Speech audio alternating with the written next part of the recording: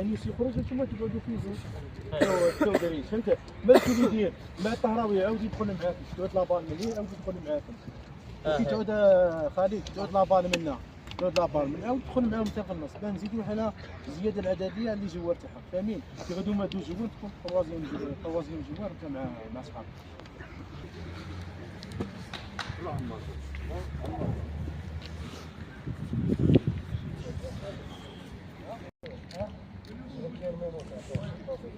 رغم الوضعية الصعبة التي يعاني منها هلال شلغوم العيد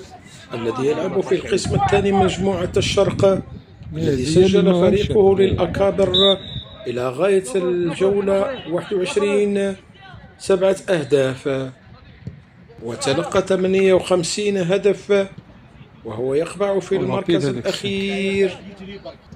إلا أنه لا زال يهتم بالفئات الصغرى. ورغم معاناته المادية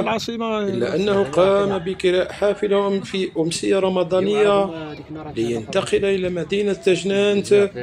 لإجراء مقابلة ودية مع فريق الصاغر وداد تجنانت الذي يحتل فريقه للأكابر المرتبة الثانية بناقص مقابلة،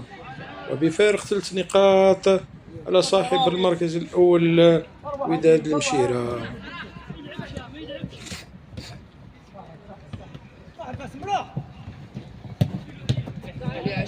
لا باص رب العالية.